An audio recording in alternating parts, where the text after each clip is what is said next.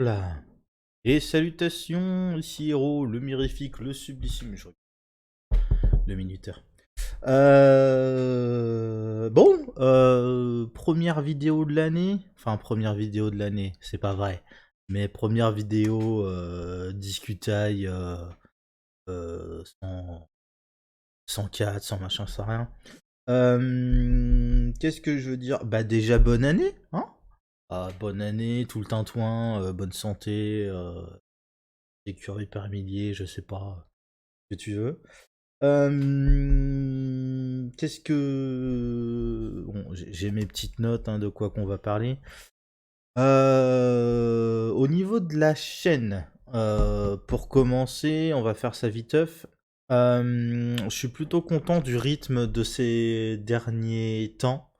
J'ai fait 2-3 grosses sessions sur Pokémon avec des épisodes de 20 minutes qui me permet d'avoir un épisode tous les 2 jours et j'avais réussi à prendre un peu d'avance sur les épisodes des séries qui m'a permis justement enfin, Go Time Night, je l'ai fait en une fois, ça m'a fait 11 épisodes de quasiment 1 heure à chaque fois, hein. Je crois que j'avais dû réduire à une demi-heure, je sais plus. Je sais plus. Enfin bon, bref. J'aime bien ce rythme-là où ça me permet d'avoir des vidéos qui sortent tous les jours en faisant juste une grosse session de tournage de temps en temps. Parce que moi, le souci, quand je dis tournage, c'est sans grandes ambitions, rien du tout, hein. Mais moi, le gros souci, c'est qu'avec ma narcolepsie, je fatigue beaucoup. Et je te cache pas que rester plusieurs heures devant l'écran, ça aide pas des masses. Ça aide pas des masses. Donc voilà. Très content de ce qu'on a fait avec Arrow.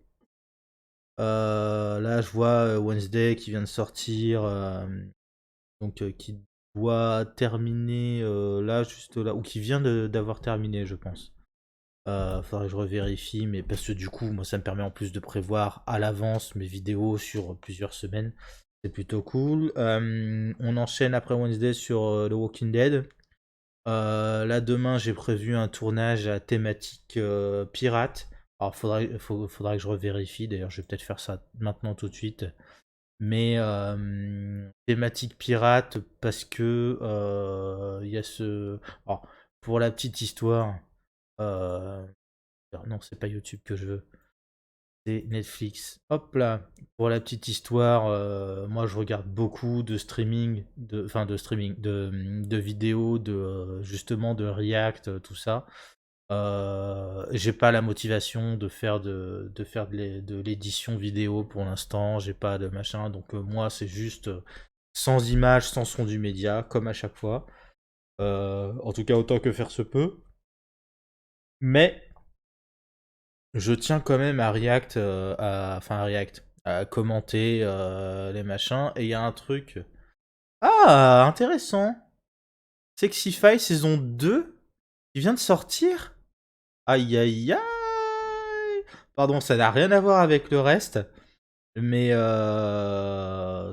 très intéressant. Très intéressant. C'est Emily in Paris aussi, il faut que je regarde la dernière saison. Enfin bref, ouais, donc là, faut que je termine le tournage sur The Walking Dead et je voulais voir, voilà, c'est ça. Je crois que c'était Black Sails. Non, Black Sails, c'était une série. C'était pas, c'était une série thématique. Si je mets pirates, ça va. Le sillage des pirates, c'est ça. Qui était un docu-fiction en 4 ou 5 parties, en 6 épisodes. 6 épisodes de 40 minutes. En gros, c'est un docu-fiction sur l'histoire de la piraterie. Et bon, t'as vu il y a quelques temps, je te parlais de comment il s'appelle? Non, j'ai oublié son nom, mais de cette Carline, cette youtubeuse, chanteuse, tout ça qui a tout un album sur le personnage d'Anne Bonny. Et ce Sudoku, je l'ai vu quand il est sorti en 2021. Ah punaise, c'est vieux déjà, 2021. Et je l'ai pas revu depuis, donc ça va être. Mais il était très intéressant, donc ça va être cool de se refaire ça. Donc demain, thématique pirate. Tournage thématique pirate en ce qui me concerne. Par contre, 6 épisodes de 40 minutes, ouais, ça me fait 6 heures de tournage sur la journée, ça va être compliqué. Voilà, je veux terminer The Walking Dead et cette session là sur les pirates avant de me relancer sur le Arrowverse. Donc voilà pour ça. Pareil, j'ai envie de commencer aussi de faire un petit bilan. Bon, ça, ce sera de mon côté à moi. Tu t'en inquiète pas, tu n'auras probablement aucune info avant un moment, mais un petit bilan de l'année écoulée parce que mine de rien, même si c'est un petit projet sans ambition, c'est pas plus mal de voir. Enfin, j'ai besoin de faire un bilan sur. Faut que j'arrête de zioter. Un petit bilan sur justement ce que j'ai sorti, tout ça, les formats, l'organisation, tout ça. J'essaie de remettre à jour les playlists, de réorganiser tout ça. Donc voilà pour ce qui est de la chaîne. Moi, alors, vie perso. J'ai commencé un truc, un genre de stage d'orientation pour de réinsertion vers l'emploi, machin, tout ça. Parce que du coup, avec ma narcolepsie, j'étais à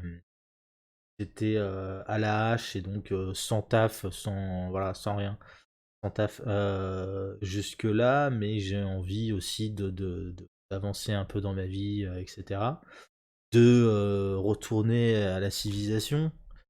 Donc j'ai commencé ce truc-là, et c'est vrai que c'est un truc assez prenant. C'est du 35 heures. Moi, je peux t'assurer que le 35 heures avec ma fatigabilité, c'est costaud de ouf. Basiquement, hein, quand je rentre le soir, je, je dors, tout simplement. C'est la logique métro boulot dodo, c'est littéralement ça en fait pour moi. Bon, après, c'est un stage, c'est super cool, hein.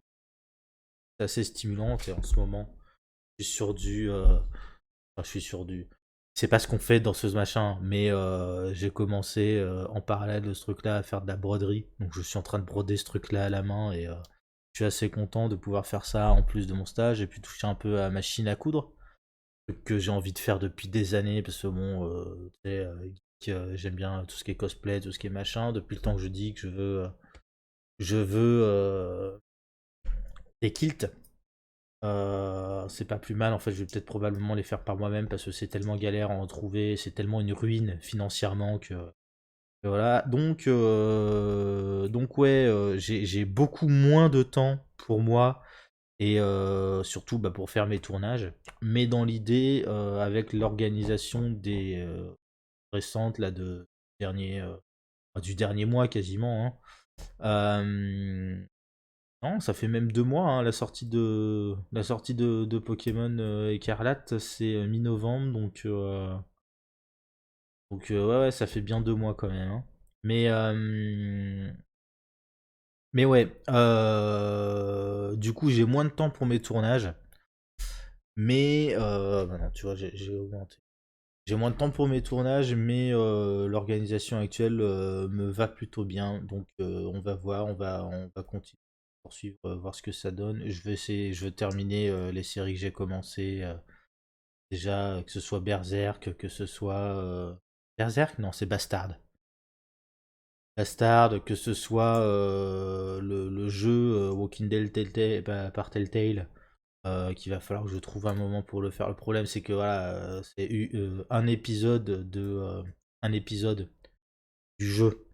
Ça me fait 3 heures de tournage, donc ensuite, mais pareil, si je me dis que si je le découpe en morceaux de 20 minutes ou d'une demi-heure ou même d'une heure, ce sera probablement pas plus mal. Bref, voilà, voilà. J'ai voulu faire deux trois vidéos là depuis le début de l'année. par rapport aux actus qui sont sortis, de machin, de bidule. Notamment Netflix a annoncé, enfin a sorti une vidéo, oui, annonce de Wednesday saison 2, patati patata. Et en fait, c'est une vidéo qui fait, je crois, 1 minute 30 ou une connerie comme ça, avec des images de la saison 1, c'est-à-dire qu'il vous montre absolument rien d'intéressant. Et ouais, j'ai fait ma petite vidéo, et au bout de 5 minutes, j'ai fait, ouais, mais en fait, vraiment, ils nous disent rien, on peut rien extrapoler de ça, sinon il va y avoir une saison 2. Ils auraient pu se contenter de il y aura une saison 2, un petit tweet avec il y aura une saison 2, et puis ça suffisait en fait amplement. Enfin bref.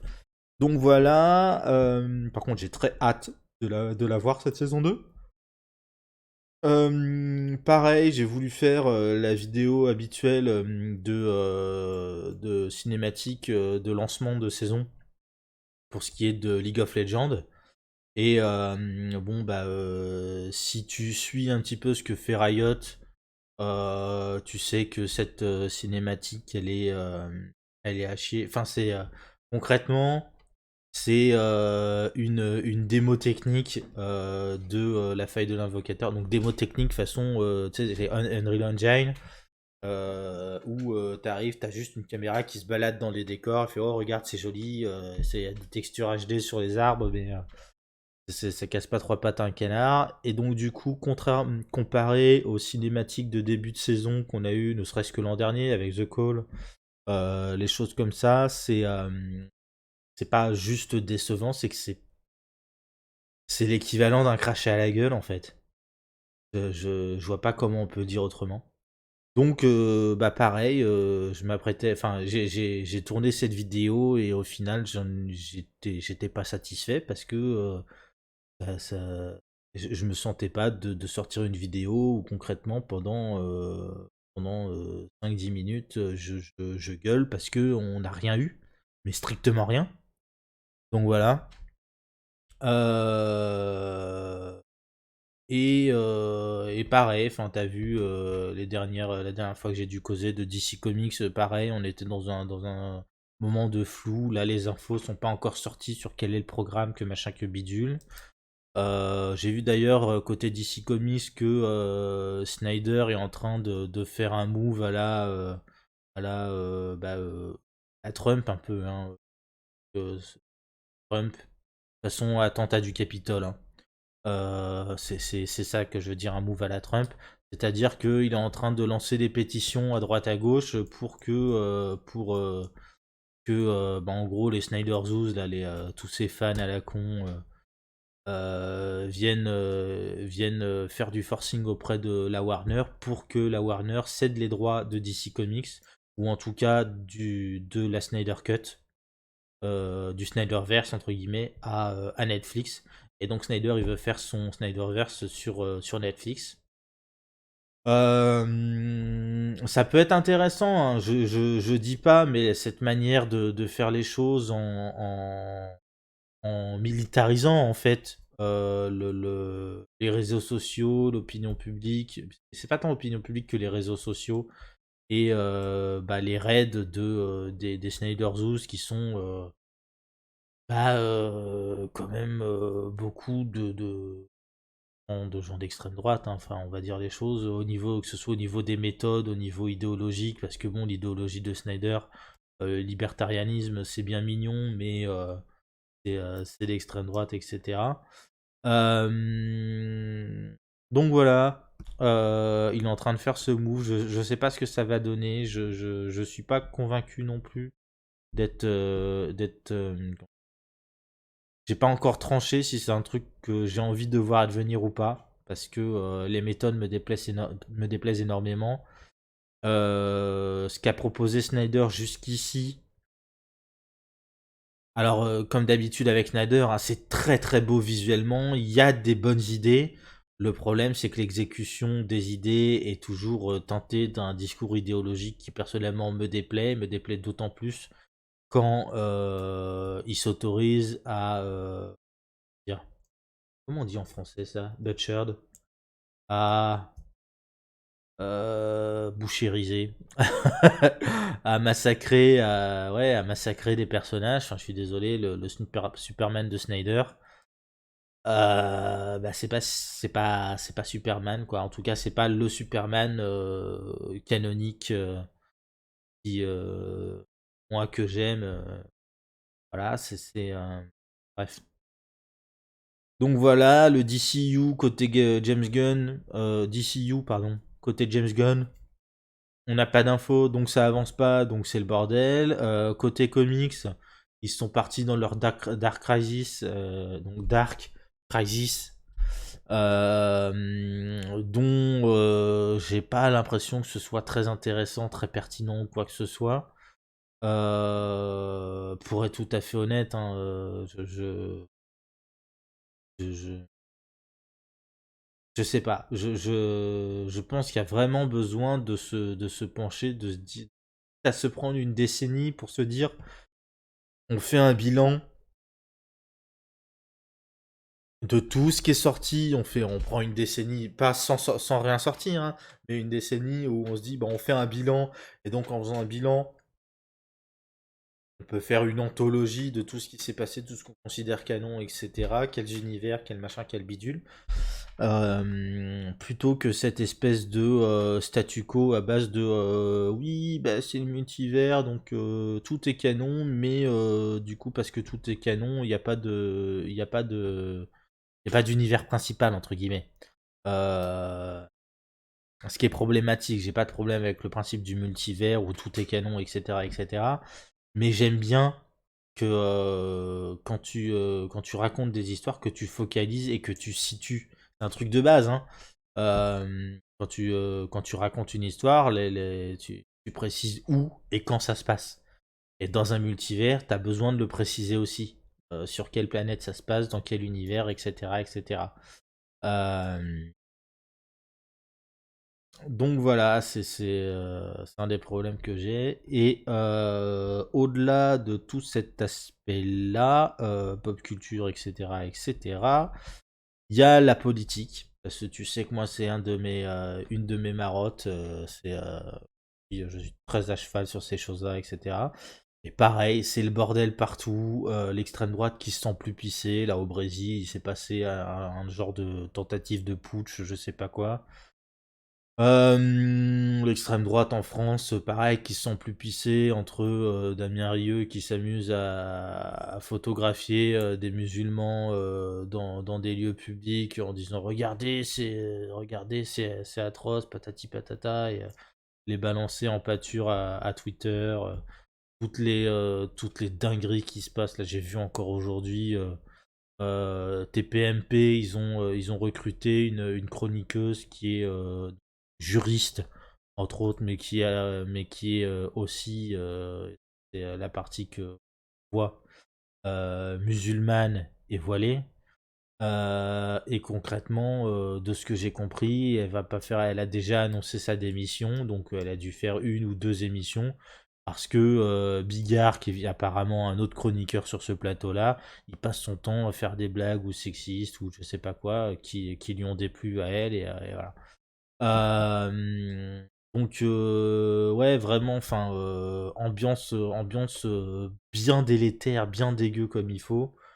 On a fini l'année sur l'affaire Lola et ce genre de choses. Euh, et puis de l'autre côté, à gauche, bah, comme prévu, enfin comme prévu, comme c'était tout à fait prévisible, les alliés de la NUPES sont en train de se tirer la bourre pour savoir qui trahira le premier. Entre le PS ou Fort qui est un SOSDEM, hein, qui est pas non plus un grand révolutionnaire ou quoi que ce soit, mais qui est obligé de se battre en interne contre bah, toute la frange hollandiste à l'ancienne du PS, qui est enfin, voilà, c'est des trucs. Donc, bah, potentiellement, le PS va trahir dans pas longtemps. ELV, ils ont pareil, ils ont fait leurs élections en interne, machin, tout ça, et Marine Tondelier, la nouvelle chef de file des écologistes, a concrètement dit ouais, vous êtes mignons, mais nous on fait cavalier seul pour les européennes, donc allez vous faire foutre.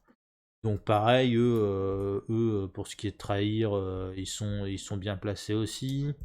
Bon, les communistes et Roussel, pareil. J'attends de voir les élections en interne au Parti communiste pour voir si Roussel va être dégagé ou pas.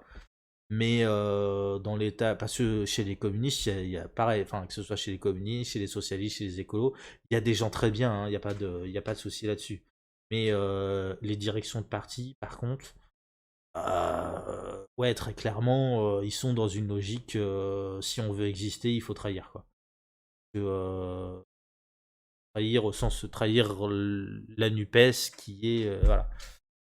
Et bah, côté LFI, c'est pas beaucoup mieux parce que il se passe des trucs.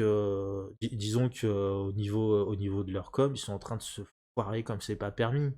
C'est-à-dire que au sein de la LFI, bah, les grandes gueules de la première heure, tout ce qui est Clémentine Autain, Clémentine Autain qui a jamais été pleinement dans la LFI non plus parce qu'elle a toujours eu son parti à côté, etc., etc. Ruffin c'est pareil. Corbière Garrido, ça m'a un peu plus choqué parce que voilà. Mais bon, eux, ils ont commencé à gueuler en mode oui, on se fait évincer parce qu'ils n'ont pas été choisis voilà, pour la direction du parti maintenant. Et puis bah, l'affaire Quatennens qui fout le bordel aussi. Jean-Luc, malgré tout ce qu'on lui doit, entre guillemets, tout ce qu'il a permis, et notamment la NUPES et le programme L'avenir en commun, bah, Jean-Luc, il y a des moments, faut qu'il apprenne à fermer sa gueule, quoi. Euh, Là, Quatennens, il n'y a aucune raison. Enfin, il n'y a aucune raison. Le fait de le maintenir, c'est un problème. Il aurait dû juste dégager et redevenir un militant de base. Ça aurait pas posé de soucis, en fait, s'il avait été renvoyé dans l'ombre, etc., etc.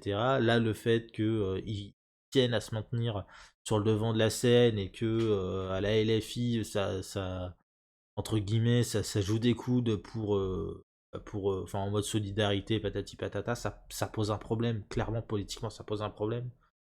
Euh, Pose un problème. Puis en même temps, il y a toute la partie médiatique et popote interne qui pose souci parce que effectivement là je vois sa gueule chez les jeunes militants en mode oui c'est pas démocratique c'est machin c'est bidule et autant j'entends l'argument dans le sens où oui, on veut de la démocratie, on veut la 6ème République de machin. Donc il faudrait que le parti qui propose ça soit lui-même démocratique. En gros, practice what you preach, comme dirait Barry White. Euh,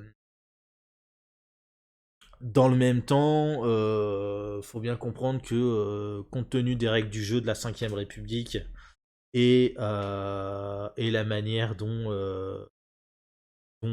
comment dire, quand t'es entouré de traîtres, parce que c'est ça aussi, hein, la démocratie au sens tout le monde peut donner son avis à voix égale, tout le monde a voix au chapitre, bah c'est littéralement ouvrir la porte à tous les traîtres, à tous les ambitieux à la con qui vont venir te flinguer le parti. Donc là aussi, c'est cohérent, entre guillemets, en tout cas en termes de stratégie politique, d'être un peu plus rigide, un peu plus, quitte à être en partie autoritaire au niveau de l'organisation du parti, sans être, enfin autoritaire, hiérarchique, un peu vertical, oui, autoritaire, pourquoi pas, euh, pour maintenir le parti, enfin maintenir la colonne vertébrale du parti, quoi.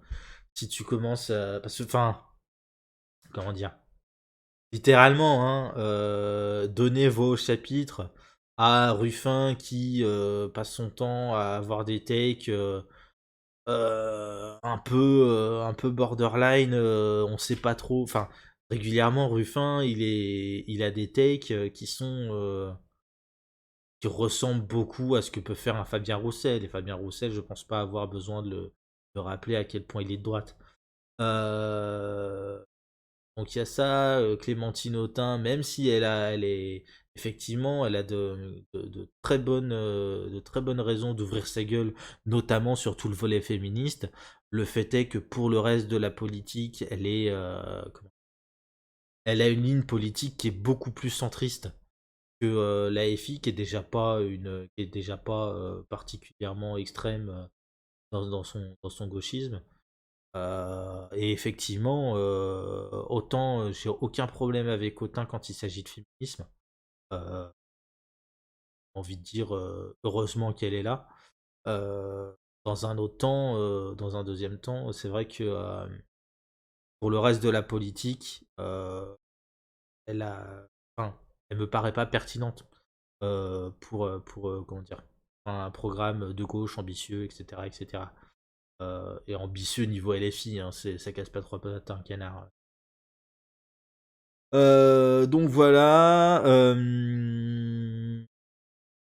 Ouais, donc voilà. Enfin, c'est des trucs. Il se passe beaucoup de choses politiquement en ce moment. La réforme des retraites, les 49.3, plus savoir quoi en foutre. Mais c'est bien, hein. C'est dense. Il se passe plein de trucs. C'est assez intéressant. Donc voilà. Euh... Qu'est-ce que je voulais rajouter Ouais, le retour de Backseat aussi, moi ça fait vachement plaisir. Alors pareil, moi ça m'emmerde parce que financièrement je suis toujours pas dans une situation où je peux soutenir des projets qui m'intéressent comme ça, etc. etc. Mais le retour de Backseat ça fait vachement plaisir parce que c'est d'autant plus maintenant que je suis occupé la journée et que je peux plus passer 4, 5, 6 heures par jour à gober des conférences, des trucs, des trucs de 4 heures qui parlent de c'est quel sujet hyper pointu, machin, ça. Avoir bien, un petit rappel d'actualité une fois par semaine comme ça va faire vraiment du bien. Et moi, je conseille, hein, si tu tombes sur cette vidéo comme ça, je conseille Backseat, y compris pour les gens qui sont très novices sur le plan politique. Euh, parce que c'est pas enfin c'est la politique sérieuse, hein, mais présentée d'une manière qui est accessible et où on te prend pas pour un con. Ça vraiment, ça fait partie des trucs pour lesquels, enfin vraiment c'est d'intérêt public, hein, Backseat, ça devrait être remboursé par la Sécu bêtement. Voilà, voilà. Sur quoi je vais finir Pouet. Je vais finir sur ça. Je pense que là, aujourd'hui, j'étais en. Il y avait une petite convention bon, c'est un genre de brocante, tu sais, des vieux jouets, un tas de goodies, des cartes Pokémon, des machins, des bidules. Donc à Angoulême, là, où je suis, là. C'était sympa, mais clairement, je, je me suis pas vraiment retrouvé. Va falloir que je trouve un moyen de me débarrasser de toutes mes cartes Pokémon communes, si tu veux, tous mes doublons, mes cartes énergie, mes doublons de cartes communes, etc. etc. Je sais pas où faire ça. Il va falloir que je me renseigne vraiment sur les bourses aux cartes comme ça, ou permettre d'échanger des trucs. Parce que c'est relou, hein. J'ai pas de thunes à dépenser dans des cartes. Euh, je peux entre guillemets optimiser au mieux et échanger toutes les cartes que j'ai en double contre des cartes que j'ai pas. Je m'en fous, hein, moi, d'avoir des communes, des trucs, bref. Donc voilà, voilà. Est-ce que on va se laisser là, je pense. Ah si, attends, regarde. Hop là. Les deux dernières acquisitions en termes de casquettes. Ah, Ça va être très fun quand il va recommencer à faire beau parce que je vais pouvoir sortir avec le psycho quoi. Et le rhum. Bref. Euh, On se laisse là. Je te fais des bisous. Je te dis à la prochaine. Vraisemblablement, du coup, dans une vidéo qui sera pas de discutaille. Euh, et c'est tout. Des bisous. Tchou. Hop là. Alors.